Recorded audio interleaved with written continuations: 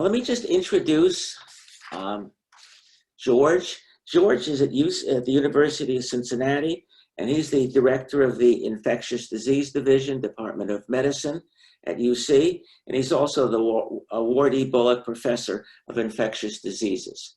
And so I'll turn this over to him, and we can have some fun. I'm going to go ahead and get started. And I know that some of my slides are a little complicated and a little complex, but as I said to her, we've already had 6 or 8 weeks of this epidemic already, this pandemic that we've all been dealing with. And so everybody has heard lots and lots of details already. And therefore, knowing the audience, knowing how well educated everybody is and how much everybody has followed what's going on, I didn't want to assume that to start off at a level that people would not necessarily benefit from. And so, but at the same time, if anything that I say is unclear or whatever, I'm glad to come back and go over it and answer it in questions or anything. I'm going to try and summarize a number of things tonight. What my talk is going to be about is the coronavirus itself, a little bit about a history of pandemics that we've gone through over the ages, a little bit about transmission of infectious diseases and specifically viral transmission and droplet transmission, a little bit about the disease itself that it causes, where we are here locally as well as where we are in the state of Ohio, a little bit about diagnostics, what tests are available, how we interpret them, and then finally a little bit about treatment and measures that one can do to try and keep safe. And then a final summary. As I say, I'm prepared to stay on and answer any questions that anybody has. If we run out of time, I'll answer them by email.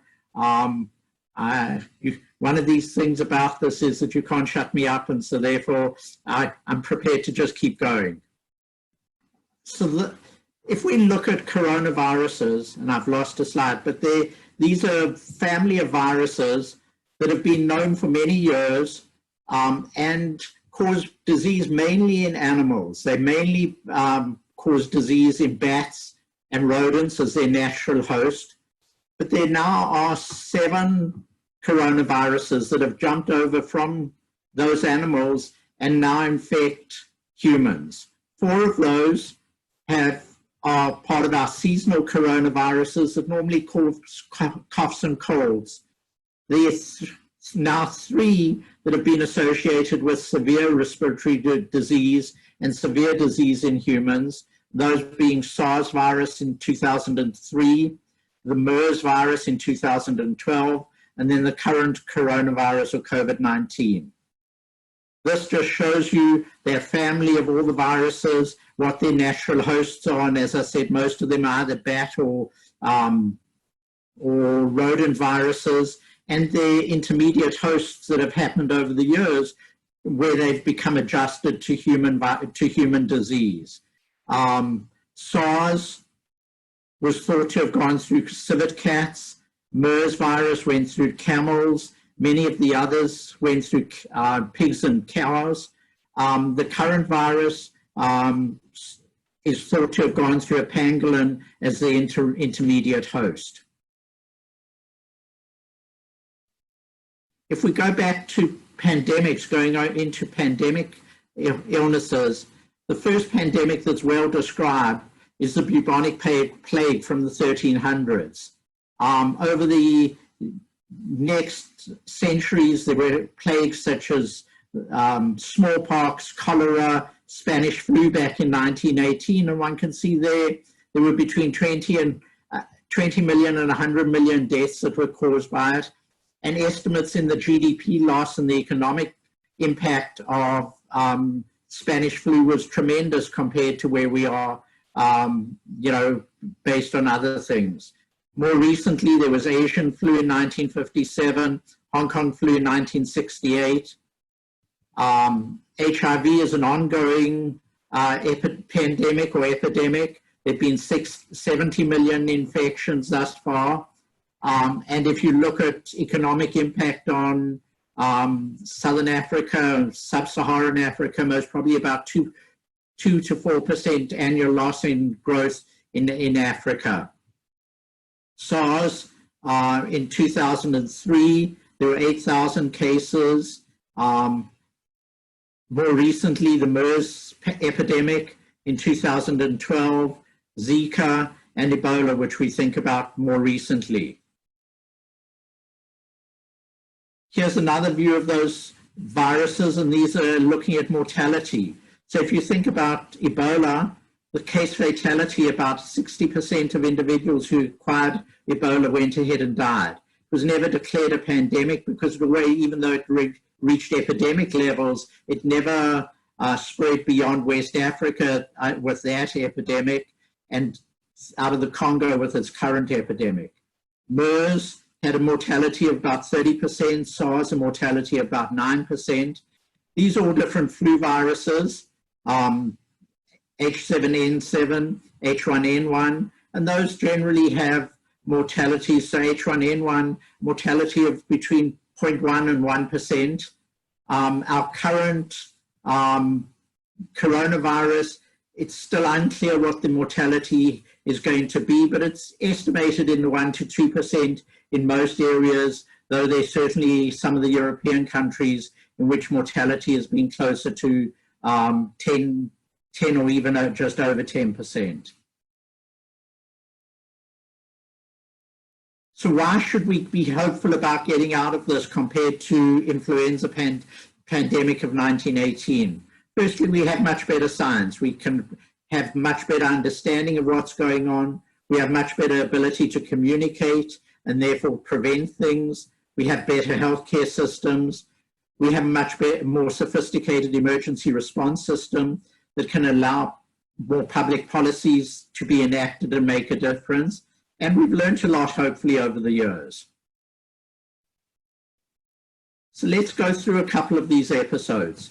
So if we look here, this is the publications that brought out the original announcements of the SARS virus back in 2018 in the New England Journal of Medicine, where a novel coronavirus was described back in 2003, ended up with 8,000 cases and 700 deaths.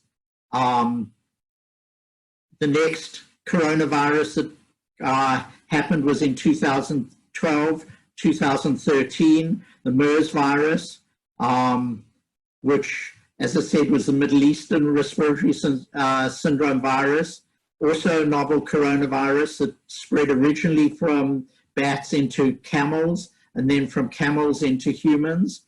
Much higher mortality, about 30%, still found today. So whereas SARS burnt itself out and hasn't been seen since 2003, the MERS virus can still be found in pockets within the Middle East.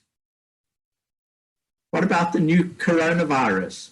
Well, this appears to have originated in late November and early December in China and spread through to the Western world in January or late December, and with ongoing effects subsequently. The disease that we get, and this is from a publication from Europe and from England, and so therefore I apologize about the spelling. I had to look at it and realize that this is how I used to spell these symptoms. So if we look at the illness, it has an incubation period of about 2 to 14 days. So after exposure, it takes about 2 days before first people start to develop symptoms, though most people who are exposed develop symptoms around about day 5, between day 5 and day 7. In 80% of individuals, it's a mild illness, more like the common cold with upper respiratory symptoms, sore throat, runny nose, and cold-like symptoms. Most people in that group are sick for 3 to 5 days, and by day 7 to 10 are feeling better. In about 14% of people, it's a more moderate illness with fever and low respiratory tract infection features now, so much more cough and shortness of breath. The shortness of breath and the cough usually start about a couple of days after the onset of the fever, the rest of the symptoms. So mainly peak around about day 7 and get worse to about day 9. And then in about a small percentage, about 5 to 6% of individuals, there's maybe a severe disease with severe lung involvement, other organ involvement, so involvement of the kidneys, other involvement as well, and can result in ICU admission and require heroic measures to keep people supported during the period of most severe disease.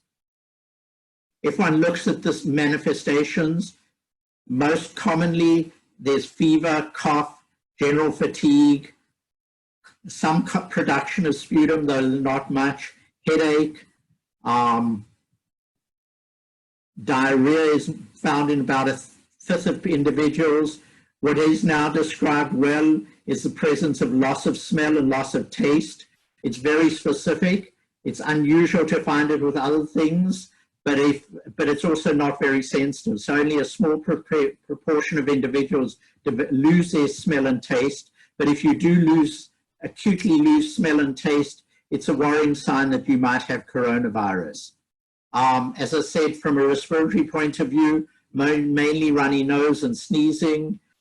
You can develop pneumonia, usually just from the virus itself or the body's reaction to the virus, and then X-ray changes as well. When we look at these infectious diseases, how do they get spread? So here's a look at a chain of events in somebody with coronavirus. You have point A, they become infected, they develop symptoms after day 3 to as I said, this incubation period is anywhere from 2 days to 14 days, but most people develop symptoms around about day 5. That person can then spread infection to a different number of different individuals, person B and person C.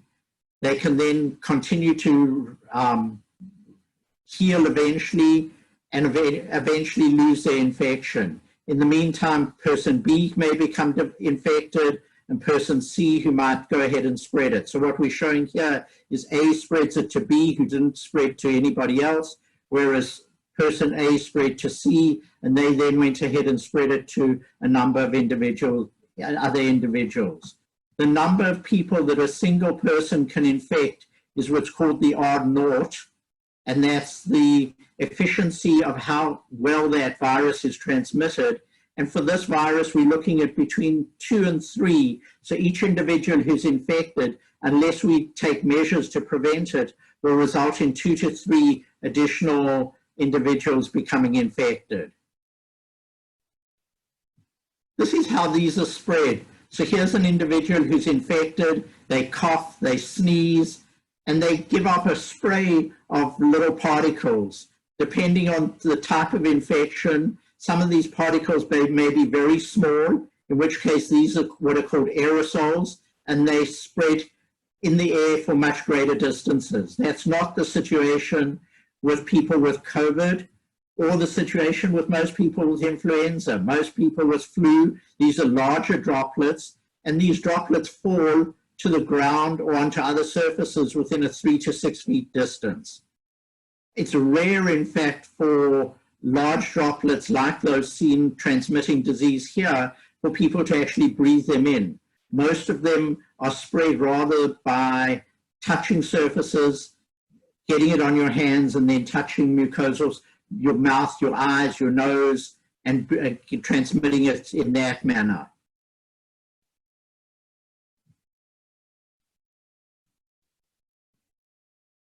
We look here at SARS. As I mentioned, the incubation period is from 2 to 14 days.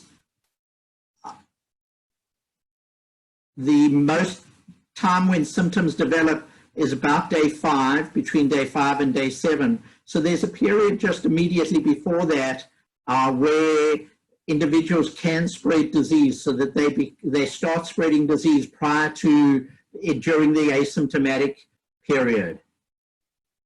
Small aerosols are uncommon, but in experimental conditions, they can remain present for a couple of hours after exposure, after being generated. The virus can land on hot surfaces. It's generally on surfaces such as cotton and softer surfaces. It lasts only for periods of 30 minutes to a couple of hours, which is why we recommend sneezing or coughing into your sleeve, because the ability of the virus to live on those surfaces is limited. On the other hand, hard surfaces such as stainless steel or plastics that can remain viable on those surfaces for a number of days. And so to try and prevent this, social distancing to allow those larger particles to fall down in combination with other measures can significantly help with transmission. As I mentioned, COVID is transmissible, and each person who has disease can transmit it on average to between 2 and 3 individuals. So that's what's called the R0. By comparison, flu has an R0 value of between 1.5 to up to 2. MERS is much less infectious. So COVID-1, the original SARS-1 was a little more infectious, between 3 and 3.5. But something like measles, which is highly, highly infectious, the R0 value for measles is 16. So one individual can spread to 16 other individuals, causing disease. If one thinks about an epidemic or the transmission from one individual, so if you go through an epidemic, the virus gets infected, introduced into somebody, that person then transmits it locally to a couple of additional individuals, and then it grows exponentially from those 2 people or from that original cluster to more and more people. How can we prevent this? Well, we can do it by anticipation, so understanding what's going on. We can detect it early. We can improve measures to contain it. So at these levels where there are few people are infected and try and break their transmission cycle. Then we get into the stages of control and mitigation, and ultimately into the elimination. We're currently in the control mitigation stage. Hopefully over the next period of months, we'll get into the elimination and eradication stages within this. In general, it's a one-way street, though with measures such as social distancing and things like that, one can reverse it and go from control and mitigation back to containment under certain circumstances. So this is the graph that we've all seen already at this stage, showing that, as I said, COVID-19 has an R0 somewhere between 2 and 3, generally thought to be in the lower end, 2.2 to 2.4.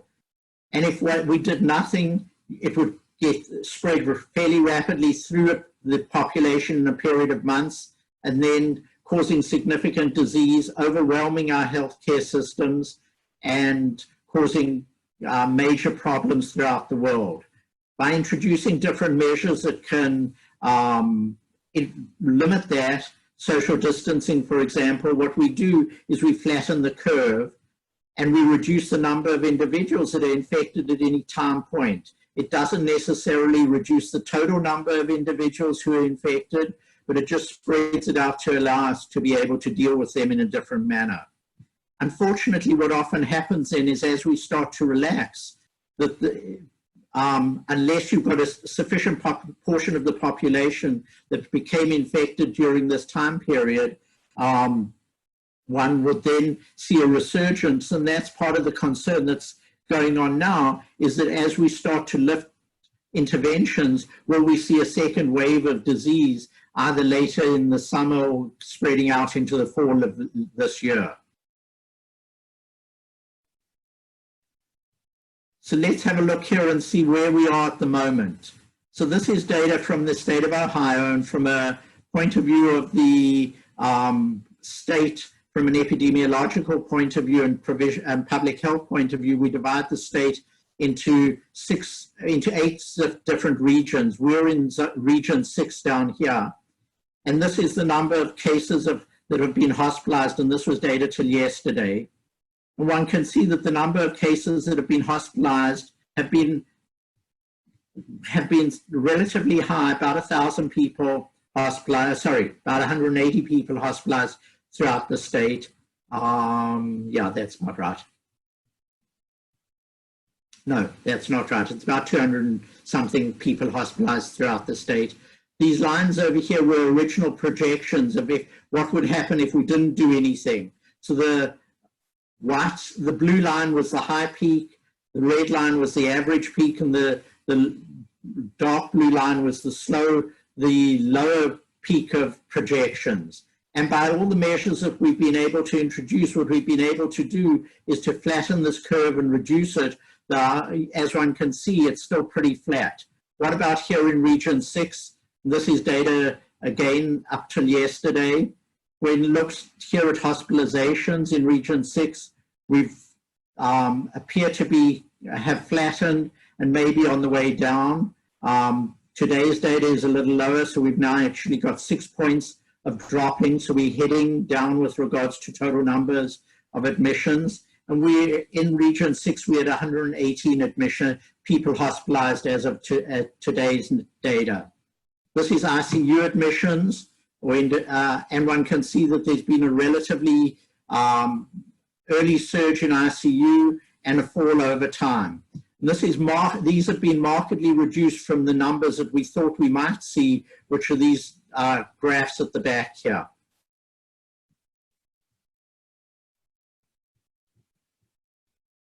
This is data from Hamilton County, and these are the R0 values. As I said, the value that would happen if we didn't do anything, how many individuals the virus would spread from one infected individual. So this goes back to the beginning of April when we started to introduce social distancing, introduce measures to stay-at-home measures. And at that stage in Hamilton County, we had an R0 value of just over 2.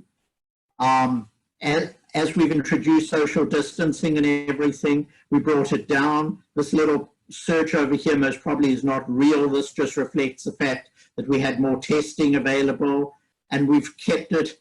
This is based on the whole southern Ohio region.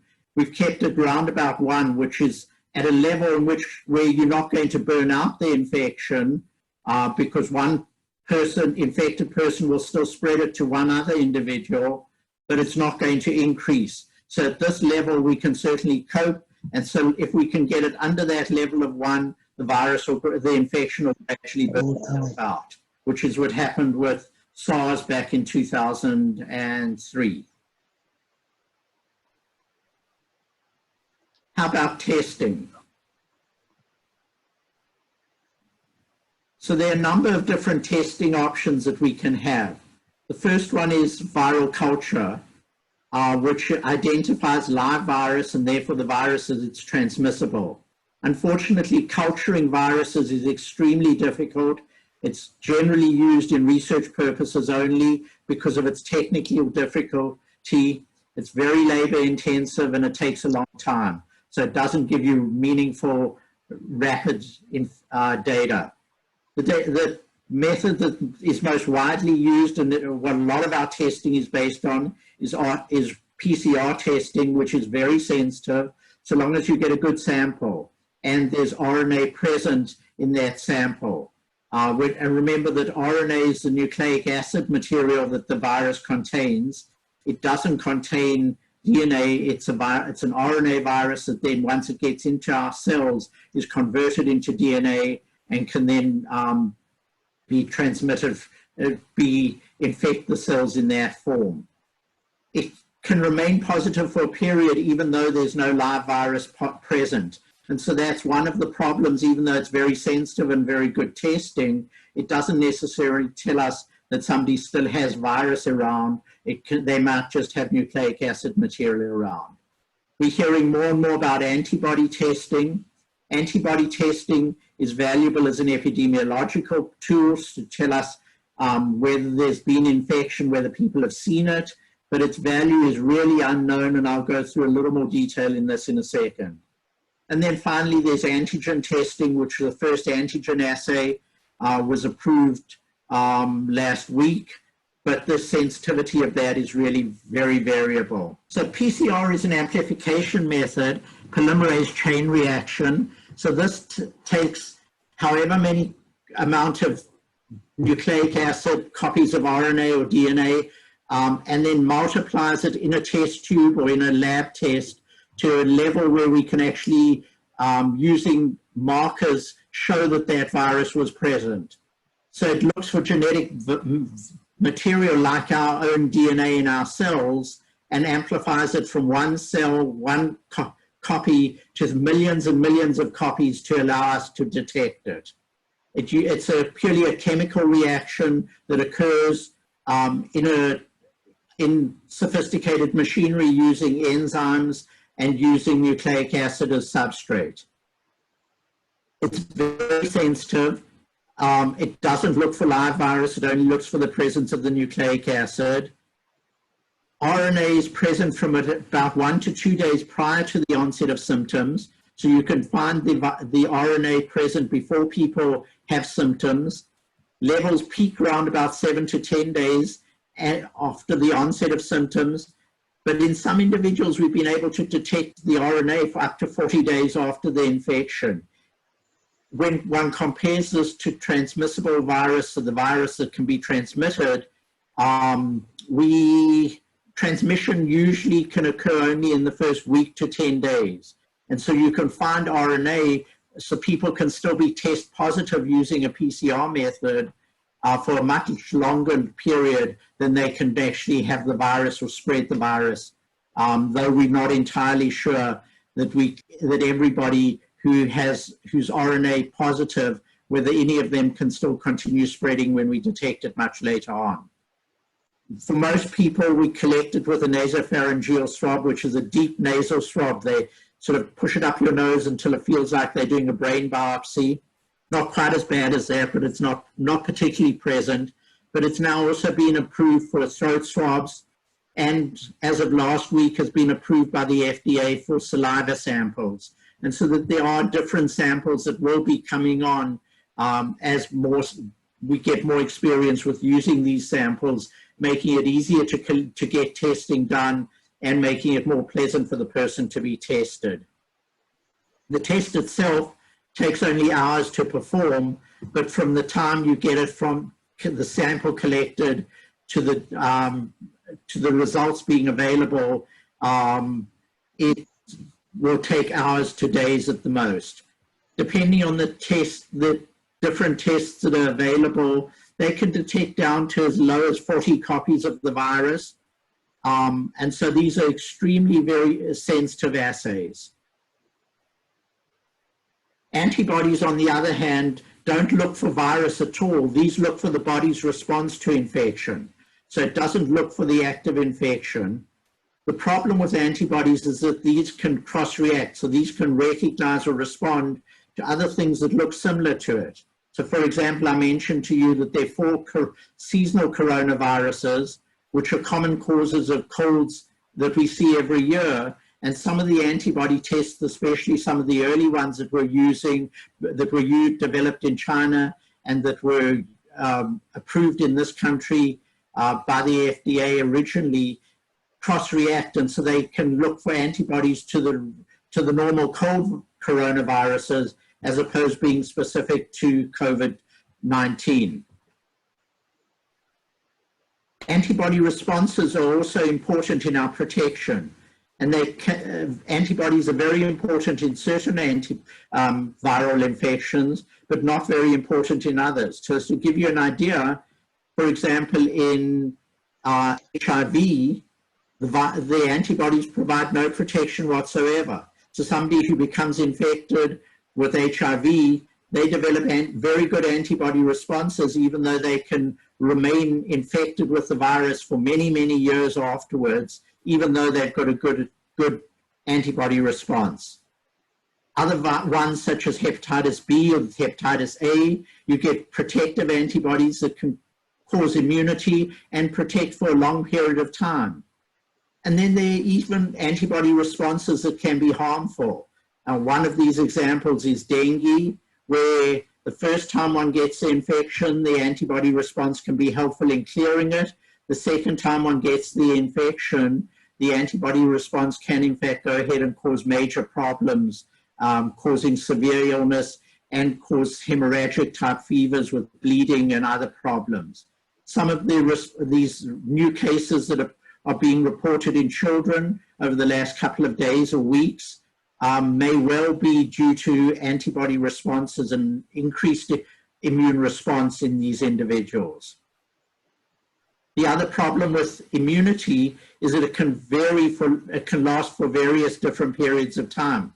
So just knowing somebody's seen the virus previously, and this is not only for coronavirus, but for others, they may provide no protection, they may provide protection for a period of weeks or months, or they may provide lifelong protection. And so those are examples. HIV provides no protection.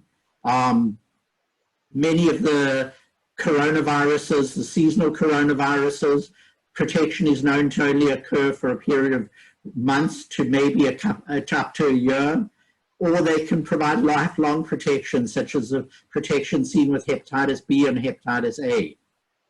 Unfortunately, all these questions are unanswered in COVID-19.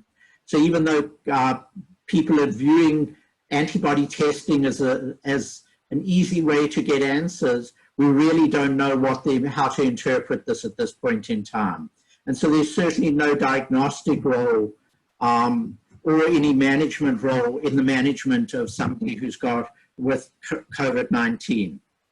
It's, as I say, it's an epidemiological tool. It can tell us how much disease there is in the community, but whether somebody is protected or not is really unknown.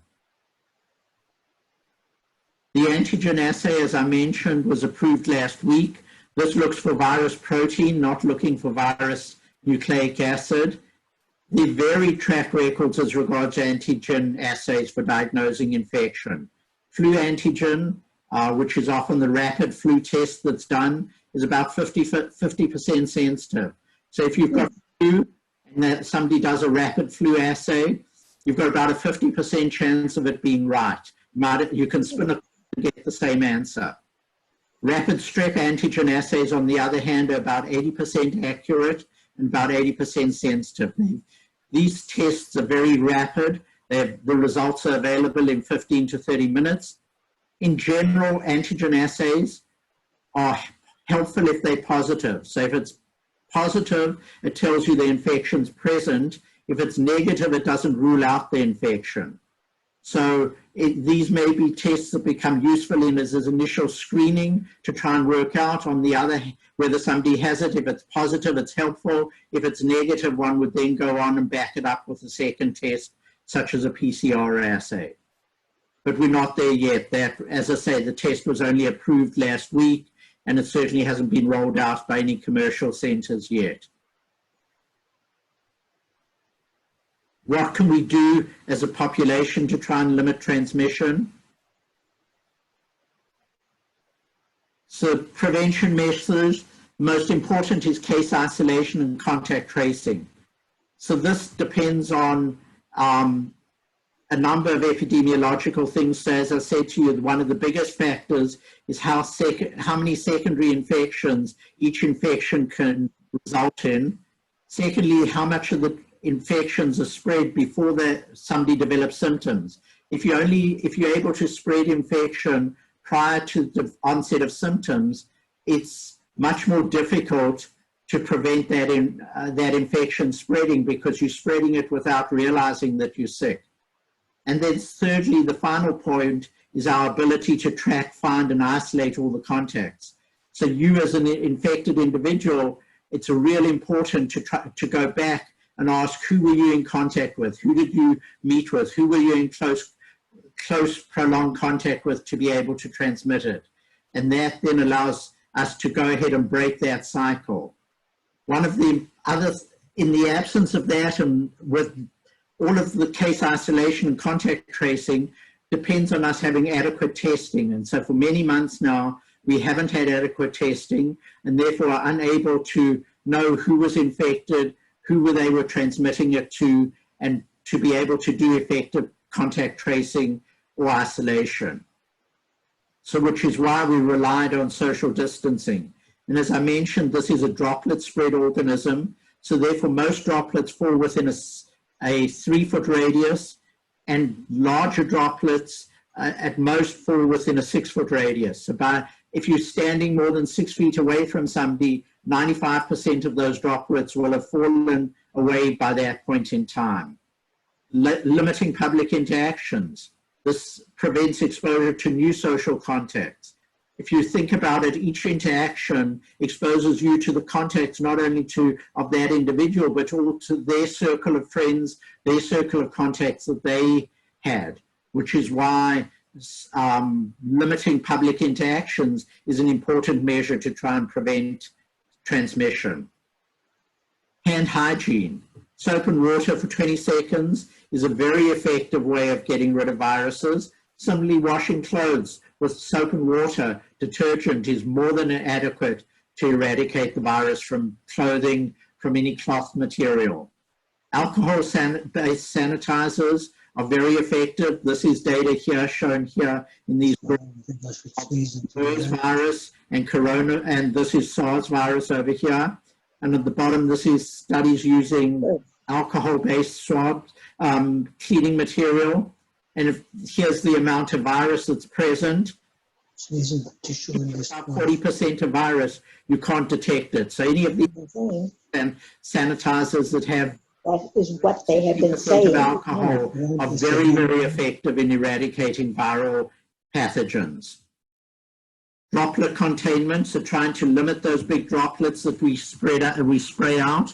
So if you're going to cough, cough into your sleeve.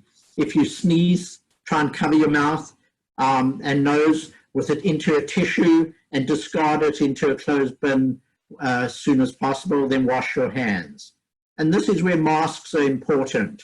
Masks, cloth masks, simple isolation masks are all effective in preventing droplets getting from you to other people. And if everybody so they're important in limiting spread from us to other people. They do little to protect us as an individual because they're not very effective filters. Some of the higher performance filters, the ones, the N95s that one hears about, those are effective both in preventing transmission, but also in reducing our exposure. But if everybody participates and everybody uses masks, there's a secondary benefit in that you prevent your virus getting to other people, and their mask prevents their virus getting to you. So even in the presence of active infection, a mask is extremely important in reducing the transmission. And then finally, disinfection of high-touch surfaces. So as I said, most of these viruses, because of their large droplet size, are spread by us coughing, sneezing, spreading the virus onto surfaces that we then touch. We then touch those, the virus is on our hands. We then touch our face, we touch our eyes, we touch our mouth and nose, and we then transmit the virus in that manner. Different treatment approaches. Well, one has to think about what is the purpose of treatment. So remembering that 80% of cases are mild, and therefore what's the treatment under those circumstances? What's the value of treatment under those circumstances? It may reduce the severity of symptoms, but most symptoms are mild. It could reduce the duration of illness. The illness doesn't last for long, and in mild individuals, it most probably doesn't make a huge amount of difference whether reducing that duration. But what it does do is it may be able to reduce the transmission of infection. So if treatment reduces even those mild cases, the effectiveness of which we can reduce the infection, we can limit transmission under those circumstances. And it can reduce the impact on society, economic impact, the educational impact, religious impact, our ability to have services back at the synagogue and things of that nature. In those 20% of individuals who have more severe disease, it has a number of additional benefits. It can reduce disease severity, can reduce the need for hospitalization and the length of hospitalization. It can reduce the number of people who die and the both mortality and the morbidity. So the people who end up on a ventilator, who lose a lot of muscle mass or anything like that, people go down rapidly, and then it takes a long period of time to regain all that strength and thing. And so therefore, if you limit that effect, you can make for much quicker recovery afterwards, and therefore reduce the impact on the healthcare system and in the economy. What are the measures that we can use to try and do this? So firstly, they're non-pharmacological measures, the ones that I mentioned: social distancing, hand washing, covering your mouth, covering your, when you cough or sneeze, cleaning surfaces. There's supportive measures for individuals who sick: fever control, ICU measures, providing supplemental oxygen, fluids, measures like that. And then we get to medications. Remdesivir is the only medication thus far that's been approved, shown to be effective. I'll talk about that in a second. Hydroxychloroquine and chloroquine are touted originally as being potentially efficacious, now only being used in clinical trials because more and more of the data suggests that they don't do anything with regards to preventing or treating infection, and in fact a number of suggestions that may increase mortality or death rates in people who are treated with high doses of hydroxychloroquine. And then newer drugs such as protease inhibitors and sialidases, which are either currently in testing or are in development. There's plasma treatment, so from individuals who've recovered, and finally the development of a vaccine.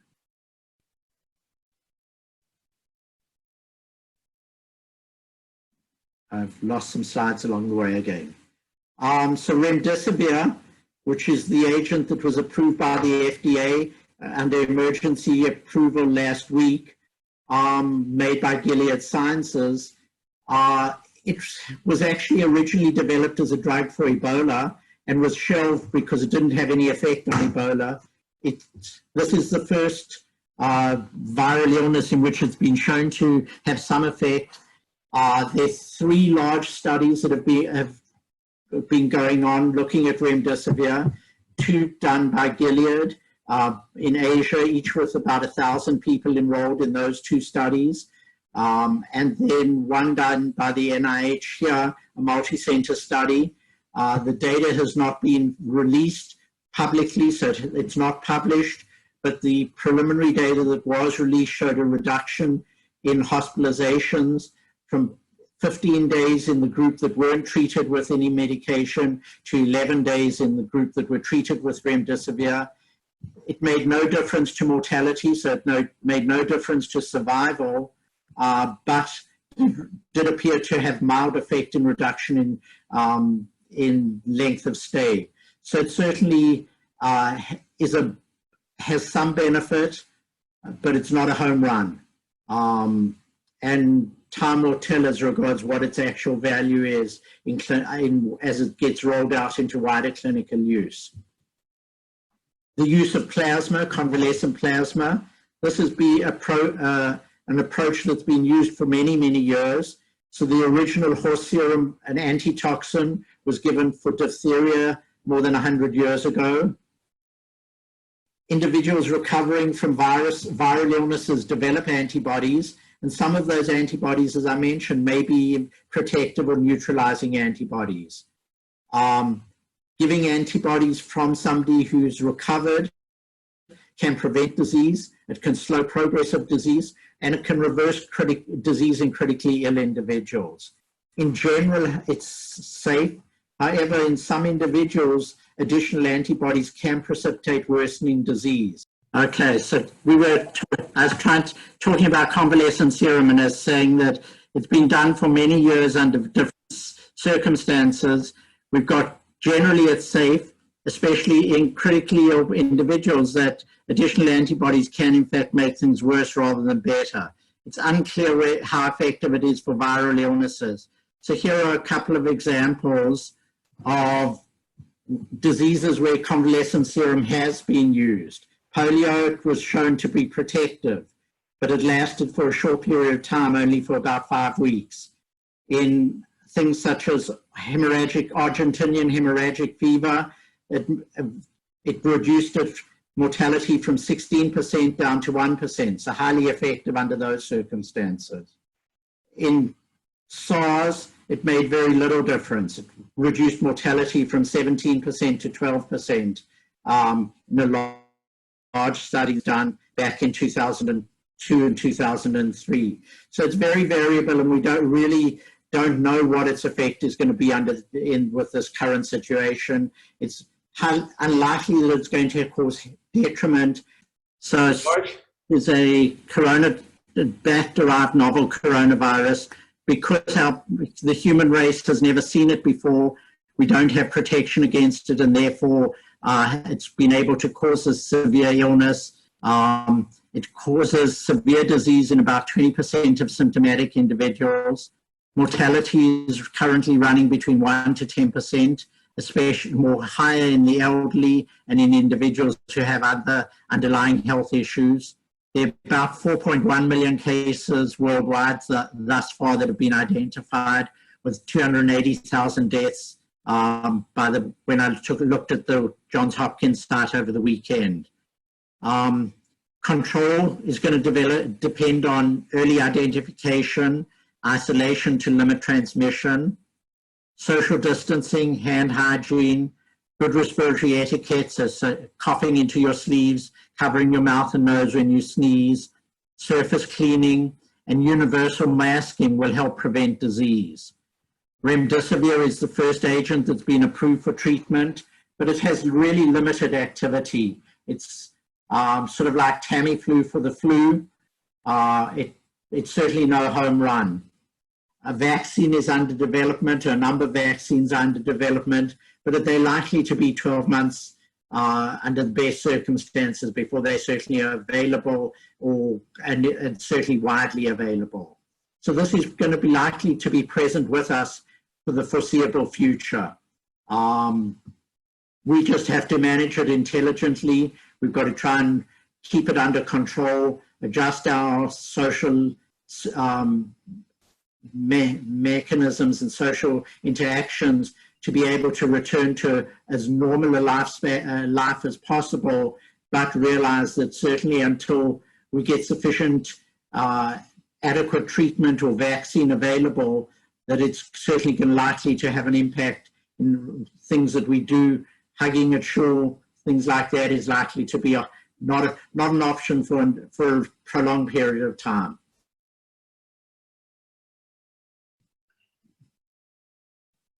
And that's everything that I have. I've lost some slides, but they're not too serious. So happy to take questions at this stage. Please explain, Sonia Milrod, please explain more about why researchers think that the children's severe Kawasaki reaction might be due to an antibody reaction.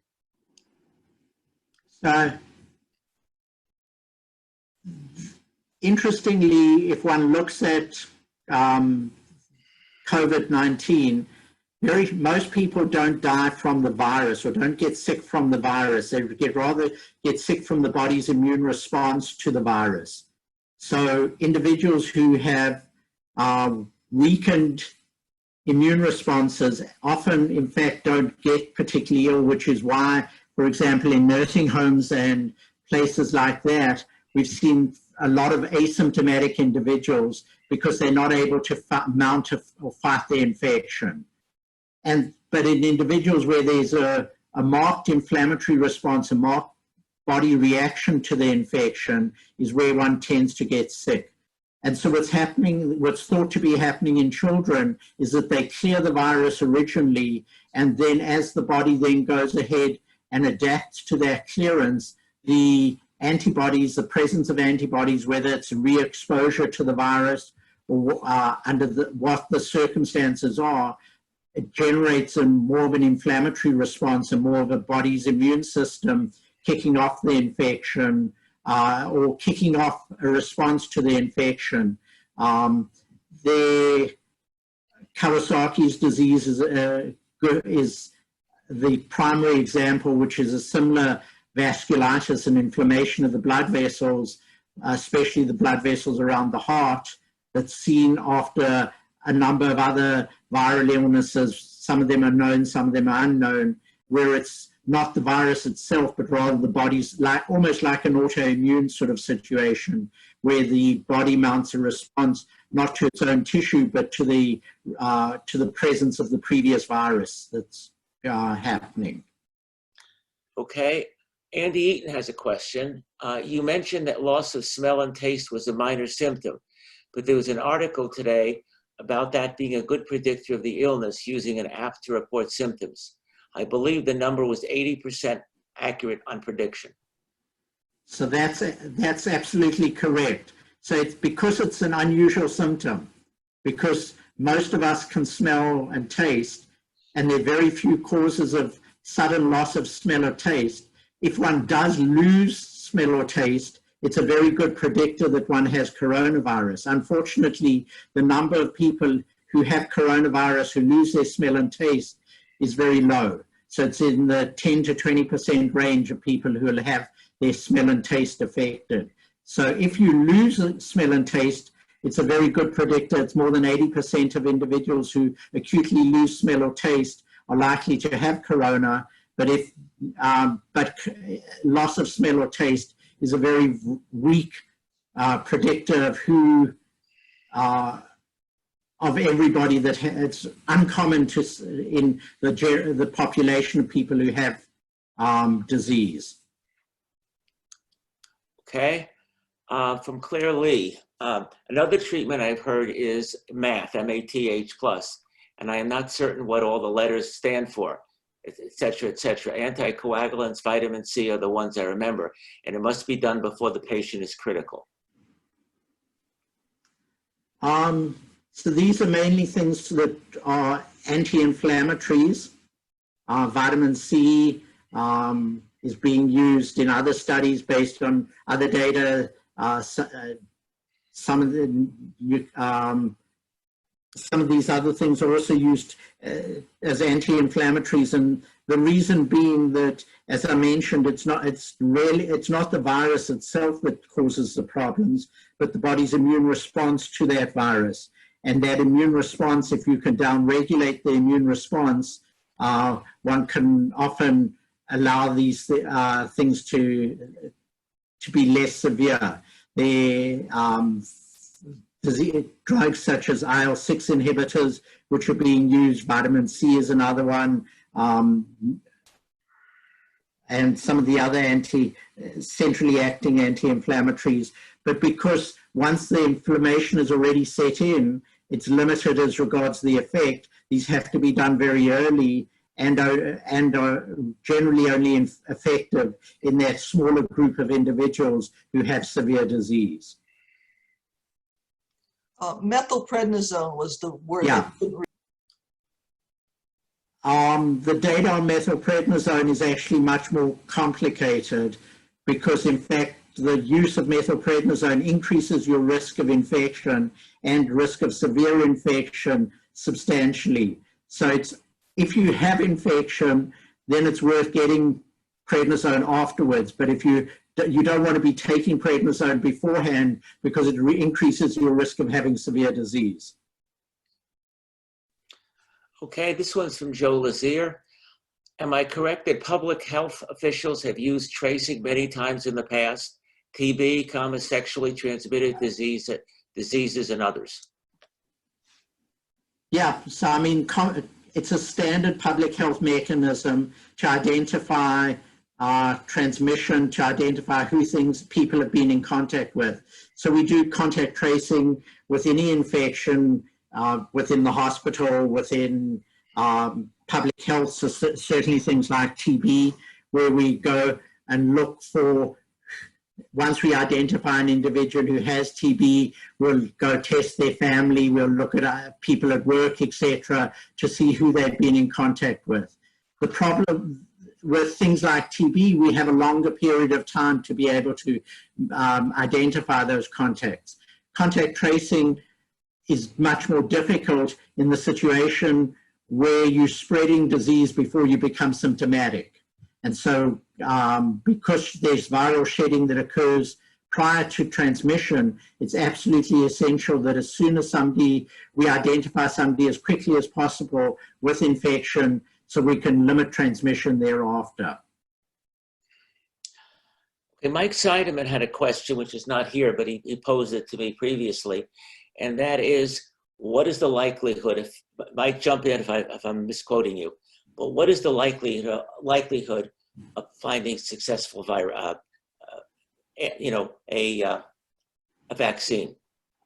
So I think vaccines are very likely to, successful vaccines are very likely to be developed. The time, unfortunately, that it takes to develop a vaccine is often fairly prolonged, though because this is so closely related in many aspects to SARS and to MERS, there's a lot of work that was previously done on the SARS virus that can now be dusted off, and much of the protein work that was done that looks at the proteins that are able to, that may produce protective antibodies and protective immunity, that work has already been done, and so vaccines are already starting to get into clinical trials. The first phases of clinical trials are obviously to see that these are safe, and Children's here is one of the sites that is actually just starting vaccine work under the NIH grant that they have for as a vaccine trial development center. How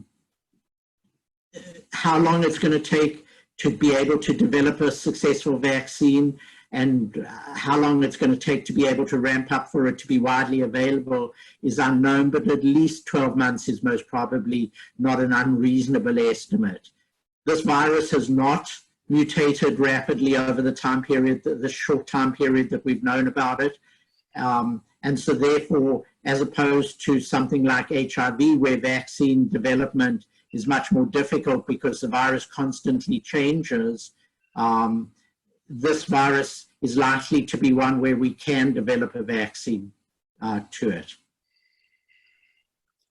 Okay, this is a question of mine, and that is, you discussed the selectivity and sensitivity of the tests for the virus, also comparability between tests.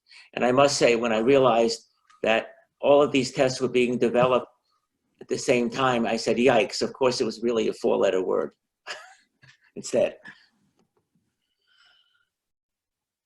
Yeah, so, unfortunately, the sensitivity of these tests depends on a couple of things. What is our gold standard? What are we comparing it to? And so the true test to compare it to would be a viral culture, but viral culture is not a easily a reliable test in most hands. So it's valuable in research circumstances, but not to be able to compare it to under the clinical settings because of the length of time and the technical issues associated with it. So the sensitivity of these tests is really not that well known, and how often you get false negative tests is also not completely clear. False negatives are when the test comes back negative, even though you truly have the infection. The test itself, the PCR, the nucleic acid detection, is very, very sensitive. So if you have the virus present and you get a decent sample, the test should be able to detect it. As I mentioned, these tests can detect down to 40 copies of the virus per ml. So sensitivity is very good, but the specificity of nucleic acid tests, so that's looking at it, how specific is it for detecting this virus compared to another virus, is also very good as a molecular test. The antibodies, on the other hand, are not nearly, they may be sensitive if you have the right antibody test, but they may not be nearly as specific in that you can get cross-reactivity. And so those are the problems that we still don't fully understand with the serological testing. Okay. Questions about gloves. Say again? I saw a number of questions coming up about gloves. Right. Why don't you go ahead? So hand washing is as effective as gloves. What you're trying to do there is prevent you touching surfaces that have virus on them and then touching them to your face, to your eyes, to your mucosal surfaces. So long as you use hand sanitizer or wash your hands regularly, the protective value of gloves is really not that much in addition to that. But under circumstances where it may not be easy for you to do that, if hand sanitizer is not available, etc., where you go into somewhere where other people are touching things, then gloves may be of benefit. So for example, if you're going to Kroger's and you're worried about touching the shelves that someone else might have touched, etc., you have two options: either wearing gloves so that you don't touch, but remember that those gloves are then still contaminated, so you've got to be careful you don't touch your face with your gloves on, or just carrying a little bottle of hand sanitizer and using that on a regular basis. The Lisa Crawford, we've heard worst case scenarios that we may not have a vaccine for a long time or ever. As treatments improve, what would be the target number in lower death rates and hospitalization rates, which could get us back to quote unquote normal? So I think that what we've got to do, treatment values, treatment is going to, as regards reducing numbers, etc., is going to have to reduce transmission, which means that it's got to be implemented early prior to our ability to transmit the infection or to reduce the length of time that we're transmitting the infection.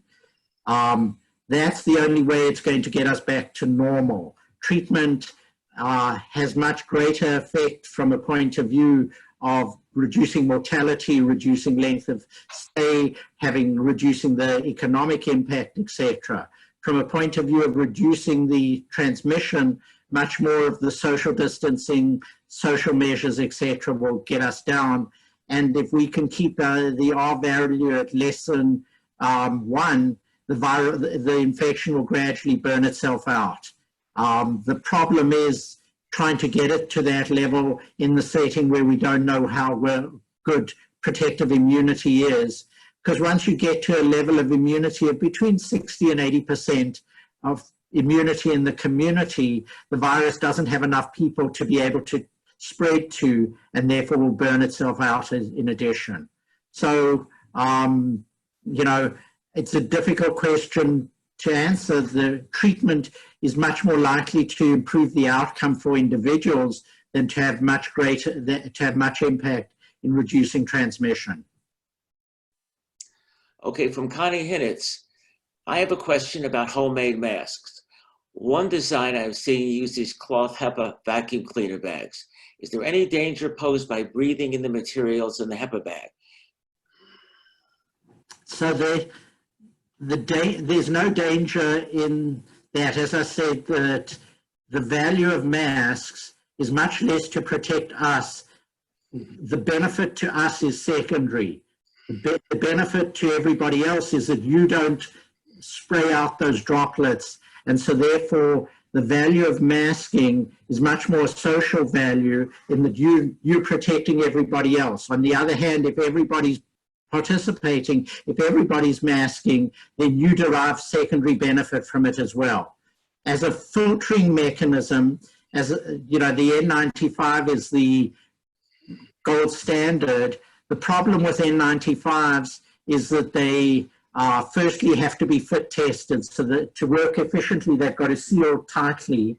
And if they don't seal tightly, then you can still get virus going around them and getting in. And so coffee filters have been used, vacuum cleaner bags, HEPA other filters can be put into the into cloth masks, and they do certainly therefore provide additional protection to you, but even a cloth mask without anything in it will provide protection to everybody else. So we should all be wearing masks if we going out, if we're in any circumstance where we're less than 6 feet away from somebody else, and therefore if you're going out of your house, you should be wearing masks unless you're just going for your walk with your dog or whatever. Okay, this one's Margaret and Marty Ackerman. Recently, vitamin D is showing positivity with COVID patients. Could you comment about vitamin D, please? So we've learned over the years that vitamin D does many things other than just give us strong bones. It's an important immune stimulant. It's an important mechanism for strengthening the immune system. And so, which is why so many, we now monitor vitamin D levels on a regular basis. Vitamin D specifically, with regards to coronavirus, I don't think there's any solid data to show benefit. But as I say, as a non-specific immune stimulant and as a marker of maintaining a healthy immune system, it's important. Okay, Mike Seidenman, again, what do you believe is so hard? Excuse me. When do you believe that we'll be able to open synagogues, theaters, sports, and concert venues? I think that it depends on our change. I think we're not in a situation where we are going to get to the level of immunity that there's enough population to have herd immunity, that's going to protect us. And so therefore, I think that we can open things gradually with social distancing. I think that the changes are going to happen. I think that we will reopen things slowly with changes in life is going to be different, at least for the next foreseeable period of time, until we get other measures other than normal immunity, until a vaccine's available, until the virus, or we've got sufficient social control that the virus dies out on its own. Okay. So I think that we just have to be very careful about opening too rapidly. As you saw with the number of cases in the state of Ohio, for example, we still haven't seen a downturn in hospitalizations. We're flat, but we haven't seen a downturn in that. And there certainly are pockets of people with asymptomatic infection in places like nursing homes, in places like that, which if we don't get maintain control over those, that's where we're going to see little fires start up from those hotspots. Judy Knapp, is using all these disinfectants, Clorox, etc., going to lead to bacterial virus/virus overgrowth? Unlikely. So that because these are mainly chemical methods of control rather than biological methods of control, the virus does not, and many of them have good antibacterial properties as well. They'll kill most microorganisms, and so therefore you might get some development of resistance to certain properties of these because of changes in the surface of the virus or surface of certain bacteria. But these are not, as opposed to antibiotics where the resistance can be selected for, most of these organisms cannot develop physical resistance to alcohol, to bleach, or things of that nature because of the physical nature of the attacks on the protein in the surface. Mike Scheffler again, how long and how high a temperature for heat disinfection? Are mild, moderate cases influenced by person's age? I guess there are 2 for 1, 2 questions in there. As I said,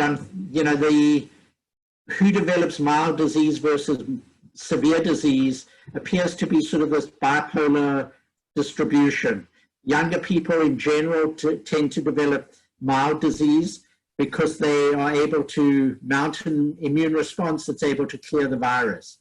People with some disease, immune deficiency, whether it be because of aging, because of underlying health conditions such as diabetes or hypertension, which influence the amount of the receptor that the virus binds to, those individuals can develop more severe disease, either because the virus is able to get into their cells more effectively, or that they still have enough immune system to be able to get the infection and mount a response to it, and that response is now more severe in the presence of more virus. On the other hand, a number of the elderly people, individuals or people with very weakened immune systems are not able to mount any response to it, and in fact are totally asymptomatic. So at both ends of the spectrum, you get asymptomatic individuals. Okay, this one I originally read as Aranzo, but it turns out it's Aaron Zorndorf. Can you comment on transmission via fabrics such as office wall dividers? You said the virus can live on hard surfaces for long periods. So hard surfaces and base surfaces that have been studied have been hard plastics and things like stainless steel, where virus has been shown to be able to survive, though for periods on stainless steel for about 48 to 72 hours and on hard plastics for up to 5 days. If you wipe down those surfaces with a regular disinfectant, be it a peroxide wipe, Clorox wipe, any of those sorts of wipes, an alcohol-based wipe, you can, the virus is very rapidly killed and cleared from those surfaces. So in fact, even though hard surfaces are able to allow virus to survive, if you don't do anything, they're also much easier to clean. Softer surfaces such as cloth or things like that, the virus doesn't survive as well. And that's most probably due to drying out and desiccation of the virus. And I see a lot of the questions or a lot of the comments about wearing masks. As I say, I really, really encourage everybody to wear masks, other than in your, in your immediate social environment where, at home there's obviously no need to, but if a visitor comes into your home, even though somebody you know well, both you and them should put on a mask just to protect yourself and to protect them. It's our social responsibility. So this is again from Carrie. Your presentation was very helpful. Thank you, George. If the root cause is not addressed, what is the chance of another novel coronavirus outbreak? Whether it's going to be another coronavirus, whether it's going to be some other virus such as Ebola or things like this, these are the things that we always have to be concerned about. Most of these infections come from zoonotic sources, so these are animal viruses that cross over into humans at some point in time, be it the HIV virus, be it Ebola, be it things like coronavirus. West Nile virus, when it first spread into this country, devastated the crows because they didn't have immunity as it spread across the United States until there was a level of immunity in both birds and humans as well. What we've got to do is make sure that we have a public health system and a healthcare system, researchers and everything who are able to detect things early, that are adequately funded to be able to monitor and develop rapid responses. Okay, I think that the reduction in funding for the CDC over the past 3 to 5 years is a lot of the reason why this got to the state that it did. Okay.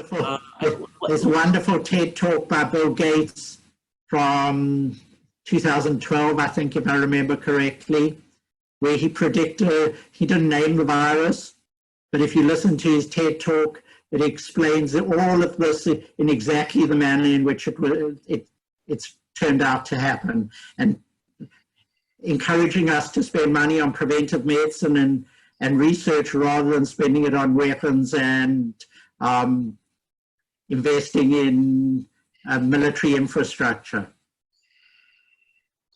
Okay, this is let's make this the last question. We'll distribute the questions subsequently, and that is: given we are trying so hard to prevent transmission, is achieving herd immunity realistic?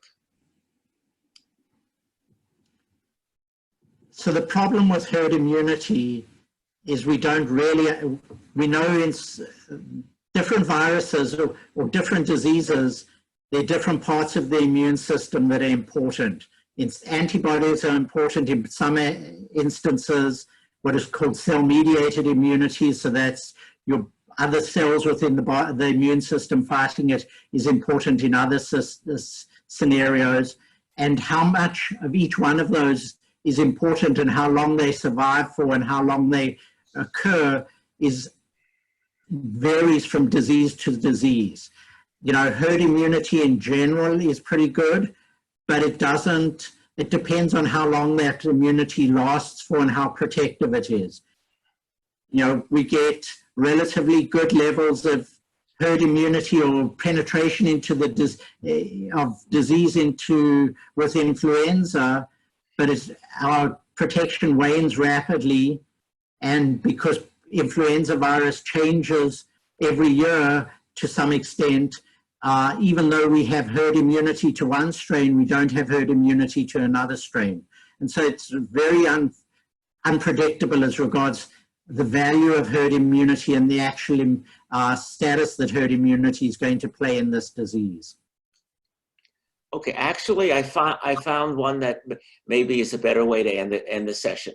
It's from Keith Bookbinder, and he asked, what will be the best way to monitor and prepare for the next pandemic?